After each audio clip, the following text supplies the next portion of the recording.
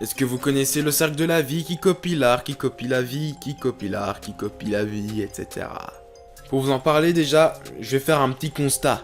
Je trouve que les années 60 ont leur propre esthétique. Les années 70 ont leur propre esthétique également. 80, 90, 2000, même 2010. Ils ont leur propre code. Quand tu vois des vêtements des années 70, tu peux dire « Ah, ça c'est typiquement des vêtements des années 70 ». Quand tu vois un film des années 80, tu te dis « Ça c'est typique un film des années 80 ». Par contre, est-ce que dans 15 ans, on pourra forcément se dire « Ça c'est typique des films des années 2020 » Je suis pas sûr. Et pourquoi les années 2020 manquent tant d'originalité? Mais je trouve que de nos jours, en fait, on pompe sur toutes les décennies, sur toutes les années, quoi. En particulier les années 80. Quand tu regardes la musique de The Weeknd, c'est clairement une musique typique des années 80. Que ce soit dans le style, dans les clips, dans l'esthétique, dans le synthé, ne serait-ce que ça. Quand tu regardes l'une des séries les plus populaires de nos jours, c'est Stranger Things, une série qui se déroule dans les années 80. Mais qu'est-ce qui fait qu'on se calque à ce point sur les années 80 en ce moment ?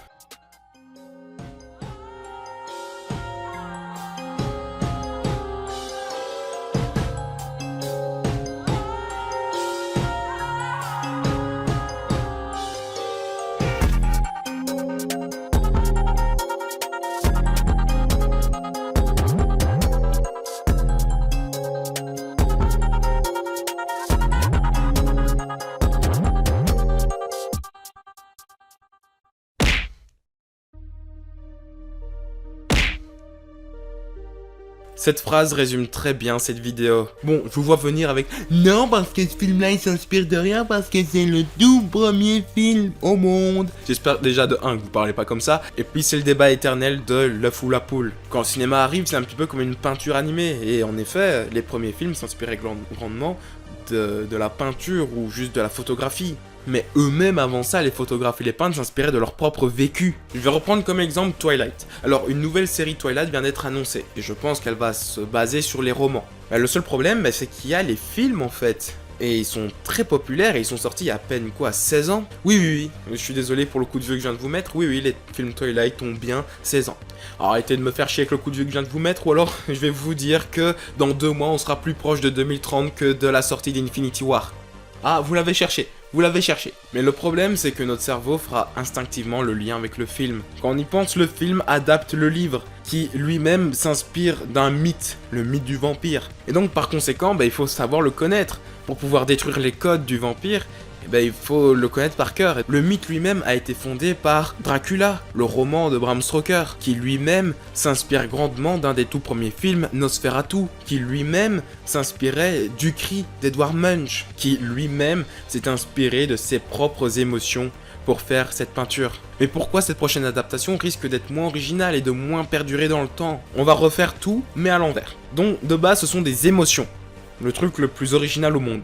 Ensuite, c'est une peinture qui a inspiré un film, qui a inspiré un roman, qui a construit un mythe pendant de longues années, qui a ensuite été déconstruit par un autre roman. Mais il y a de longues années qui ont été faites, donc on s'en fout. Ce roman a été adapté en film. Et maintenant, de ce roman à nouveau, on va en faire une série. Alors là-dedans, il y a quelques problèmes.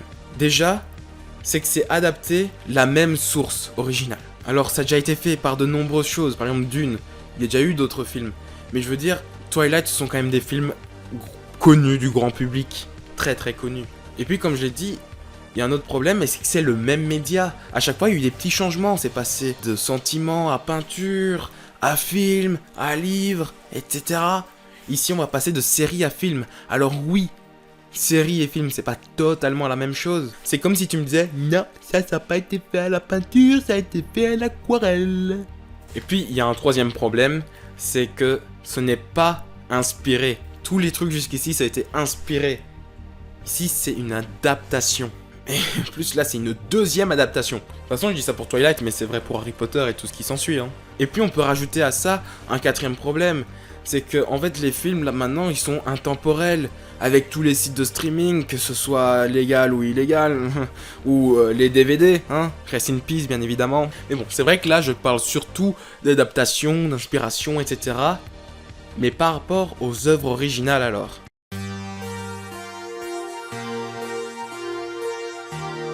En 1984 naissent Matt et Rose Duffer. Ils ont grandi et se sont forgés dans les années 80-90. et il garde beaucoup de nostalgie des années 80. Oui, vous pourriez vous dire que techniquement, il devrait avoir plus de nostalgie sur les années 90. Mais moi, par exemple, moi qui suis né en 2002, j'ai plus de nostalgie sur la période 2002-2009.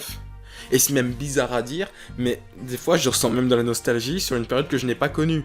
Sur la fin des années 90 et début des années 2000. Je sais pas si je suis le seul à ressentir ça et que c'est trop bizarre, mais n'hésitez pas à me mettre dans les commentaires team bizarre ou team normal si vous aussi vous ressentez la même chose que moi ou quoi. Voilà. Bref, les deux sont devenus des créateurs de séries et ils ont créé une série que j'ai déjà citée dans cette vidéo, Stranger Things. D'ailleurs, la première saison de Stranger Things sort en 2016 et se déroule en 1983, comme par hasard. Une période clé quoi. Cette série devient un véritable phénomène et lance peu à peu la nouvelle hype des années 80. Mais pourquoi? Pourquoi cette hype se lance du coup? Juste à cause d'une série? Non. C'est tout simplement parce que Matt et Ross ne sont pas les seuls à être nés à cette période-là. Les gens qui sont actifs dans le monde, on va dire, qui travaillent, etc., surtout dans le monde du cinéma, sont nés à cette période-là, maintenant. Comme j'expliquais pour Shrek, pourquoi Shrek est devenu un mème, etc., c'est parce que, en général, les mèmes et tout ce qui touche à Internet, c'est plus les gens qui ont moins de 30 ans, qui sont actifs dessus, et donc qui ont grandi avec Shrek. Donc comme eux ont grandi dans les années 80, bah juste ils s'inspirent de ce qu'ils ont vécu, etc., et ils font revivre tous les films qu'ils ont vus quand ils étaient jeunes et tout, à travers une série. Et peut-être que Stranger Things va inspirer quelqu'un dans 30 ans, et que dans 30 ans on aura une série de type Stranger Things qui reprendra les années 2016, mais qui au final sera en fait les années 80. Et en plus on a un petit peu vécu la hype des années 70 dans les années 2000, que ce soit avec un premier retour de Star Wars, ou même avec tous les remakes de films d'horreur qu'on a eu. D'ailleurs, ça a toujours été le cas. Dans les années 90 et 2000, on a eu l'apparition de la première hype des super-héros, et comme par hasard, ce sont tous des gens qui ont grandi avec les comics dans les années 40, 50, 60, ou alors tous les films dans les années 80-90, c'était soit des films comme La Liste de Schindler, soit des films Disney, les Goonies, voilà, feel good, vraiment bon ambi, j'ai envie de dire. Simplement parce que les cinéastes de cette époque-là ont grandi avec la guerre. Donc soit ils retranscrivaient ce qu'ils ont vécu, entre guillemets, soit justement ils voulaient s'évader de ce qu'ils ont vécu en proposant de la joie. Tout ça pour justifier que le synthé, les coupes mulets sont à nouveau à la mode. Ouais. Mais je me posais également cette question-là. Est-ce que ça va encore durer? Ce serait facile de se dire que la fin des années 90 et début des années 2030 repomperont les années 90, 90. Mais le problème c'est que de nos jours on produit tellement en masse que après avoir pompé toutes les années 80 et 70, on a dû s'attaquer aux années 90 et même 2000. Je vous l'ai dit, il y a des remakes ou des reboots comme iCarly, Zoé, ils vont toucher Harry Potter, Twilight. Il y aura tout simplement plus rien adapté. Alors, est-ce qu'on va être dans un cycle où on va en permanence réadapter ce qui a déjà été fait? Est-ce que c'est les mêmes œuvres qui vont être adaptées à l'infini? Ou est-ce que justement, comme tout va être adapté, on n'aura plus rien adapté et on devra repartir encore plus loin? Enfin, on parle de Nosferatu, mais un film Nosferatu va sortir cette année avec Lily Rose Depp. Ou alors est-ce que justement, le fait qu'on n'ait plus rien adapté va nous forcer à remettre un petit peu d'originalité là-dedans? En tout cas, je sens que la hype des années 80 s'essouffle peu à peu. Et je dirais que la hype s'arrêtera vers 2025-2026. Hein. Et d'ailleurs, ce serait beau que cette hype qui a débuté avec la première saison de Stranger Things s'arrête avec la dernière de celle-ci.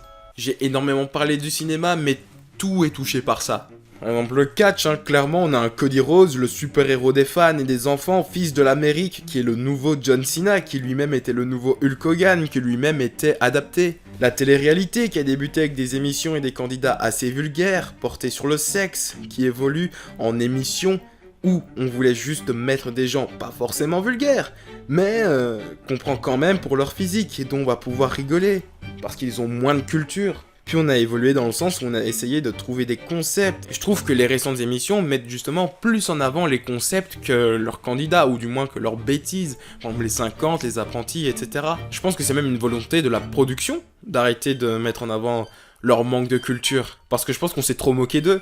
Mais fut un temps, c'était le contraire. Parce qu'ils savaient bien que ça allait faire réagir, ça allait faire marrer les gens, que ça allait être repris sur les tweets, etc. Et maintenant on est un petit peu passé à autre chose, c'est bon. Allô, les shampoings, c'est bon, c'était il y a combien d'années? Ça, c'était il y a plus de 10 ans en tout cas, c'était il y a 12 ans, hein, les shampoings de Nabila là.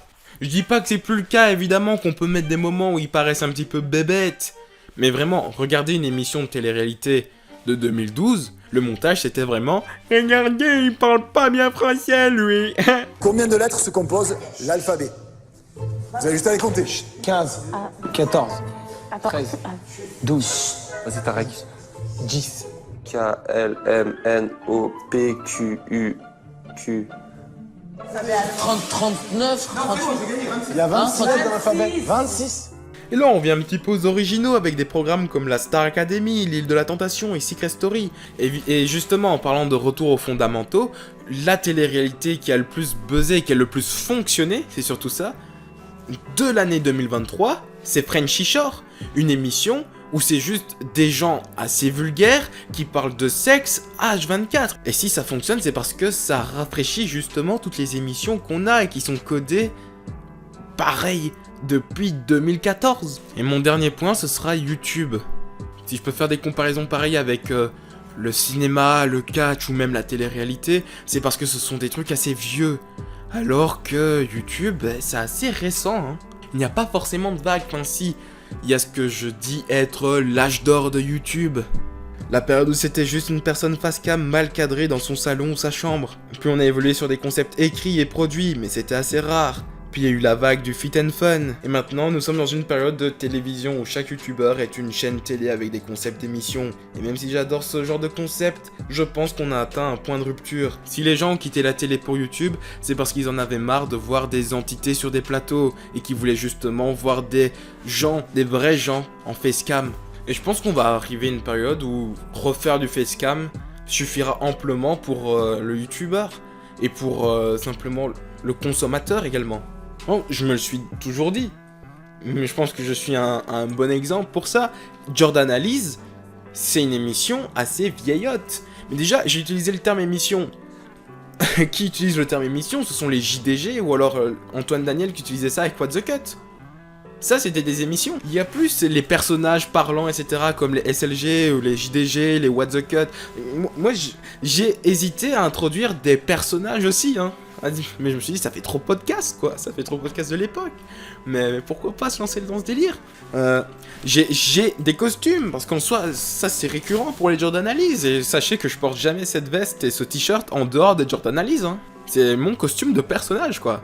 Même au début, quand j'ai débuté, j'ai hésité à mettre le hashtag 1, hashtag 2, etc. derrière le Jordanalyse. Comme à l'époque. Mais ça se fait plus, quoi. Mais si je fonctionne comme ça, c'est parce que j'ai grandi avec l'âge d'or de YouTube.